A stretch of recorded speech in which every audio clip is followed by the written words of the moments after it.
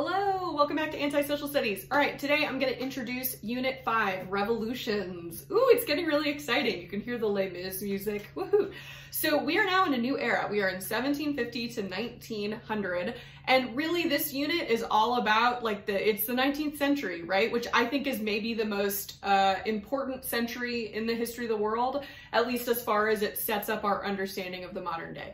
So a few recaps, because now, we've covered a lot of ground by this point. We've covered a few hundred years. So just as a recap, right, in our first two units, 1200 to 1450, we had powerful land-based empires were the ones dominating. And these are the traditional big guys of Asia that are really like copying and pasting from the Roman and the Persian empires, Silk Road, yada, yada, yada. Then in the next time period, 1450 to 1750, we have the rise of maritime empires. So there had been like maritime states like Malacca or the Majapahit or whatever in the first two units, but then we start to get these big guys like England and Spain that are going out in this age of discovery / conquest / genocide and starting to create these massive empires. To be clear, a maritime empire doesn't mean they don't control any land. It just means their empire is separated by water, right? And so you start to have things like the British Empire that owns land or controls land in North America and Australia and Southern Africa. Okay, now we are moving into a little bit more of the modern era, 1750 to 1900, where these, what were maritime empires, are going to grow into full-blown industrial empires. We're entering into the age of imperialism, but before we get there, right, we have to talk about the age of enlightenment. Okay, so the early Enlightenment was really happening in the last time period. So at the same time that Europe is coming out of its sort of late Renaissance and their scientific revolution, they are also starting to come up with Enlightenment ideals where they're, challenging like, hey, if there's natural rights and natural laws that govern the rest of the world, what about natural rights for people? And maybe kings don't have divine right. I don't know, just a thought, right? And so that's coming out of England and France and parts of Western Europe. Okay, those are going to influence a series of revolutions around what we call the Atlantic world. So it just means on either side of the Atlantic Ocean, right?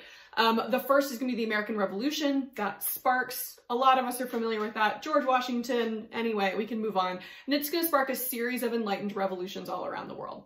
This is the unit to start really trying to understand or figure out contextualization.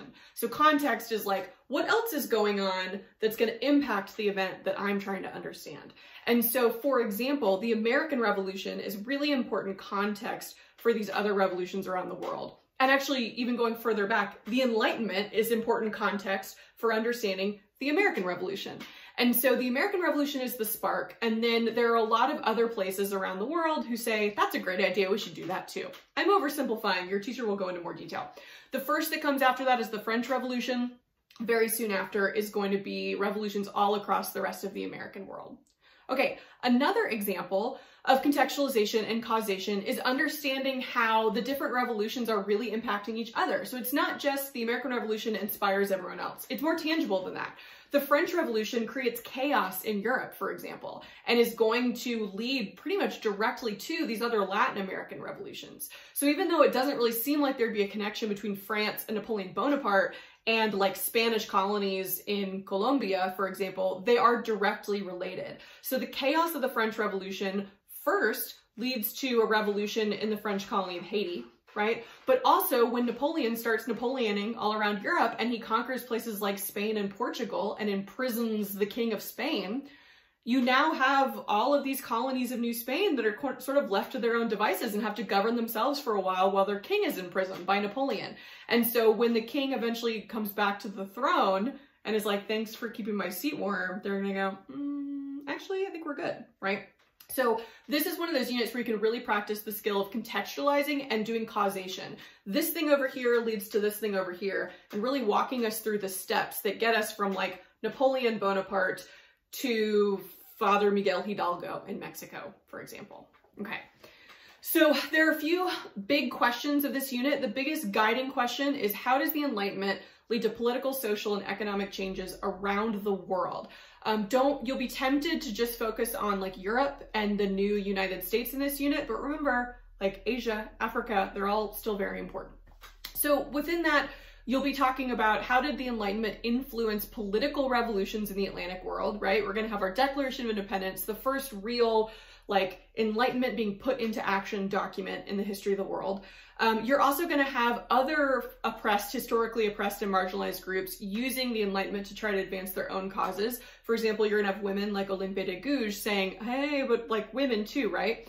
And if you want to know more about this, I did a collaboration with Ben Friedman over at Friedmanpedia all about the Declaration of the Rights of Women by Olympe de Gouges. It's like one of my favorite documents of all time. So I'll put a link in the description to that video. And you're also going to see, right, like non-white European people becoming enlightened and using that as motivation, like Toussaint Louverture, a formerly enslaved Black Haitian leading the Haitian Revolution. It's going to be cool. You also want to know, how did the Industrial Revolution change Western society? How is this changing the global balance of power and making what we call now the West, right, kind of Northwestern Europe and the United States, the dominant power in the global economy?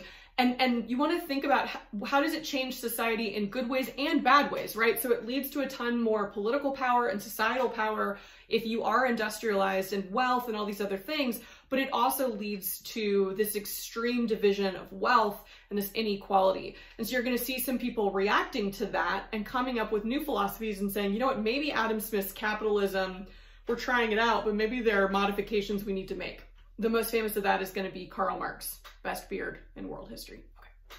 And lastly, you're going to want to answer, how did non-Western nations respond to these developments, respond to the Enlightenment, respond to the Industrial Revolution? And really, you know, you have a spectrum, and the answer is either they adopted it completely and tried to Westernize as much as they could, or they rejected it entirely and said, who needs the West? Or what's more common, they went somewhere in between.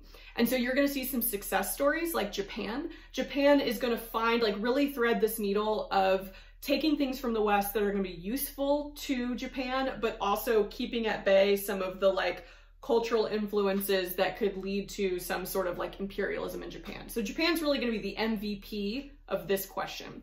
The one who really struggles the most is going to be China. And I'm going to do a whole video on like late 19th century China, because it just is a hot mess. There's opium wars and civil wars and marble boats, and it's just chaos, right? And then you have other states, especially across the Middle East, like the Ottoman Empire, or in this portrait, you have Egypt under Muhammad Ali, not the boxer, the leader of Egypt. You have them doing the same things in Japan. They're interested in what's going on in the rest of the world. They're wanting to maybe build a navy. You'll see portraits of clearly non-European people wearing European-style uniforms. So they're adopting some aspects of Westernization, but trying to suit them to their own needs. And they have varying degrees of success.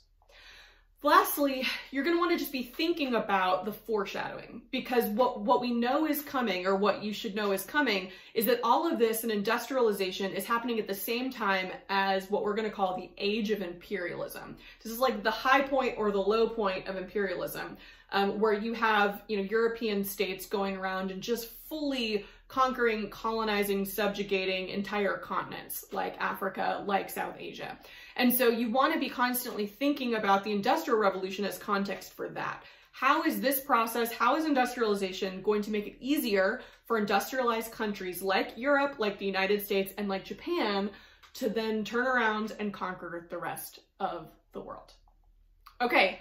Good luck on Unit 5. Make sure that you are supporting anti-social studies however you can. If nothing else, just subscribe to my YouTube channel. You can go follow me on Instagram. If you really like the resources I'm creating, then go join my Patreon and you'll get extra bonus episodes all about current events. But either way, good luck in Unit 5. Have fun revolutionizing. I don't know.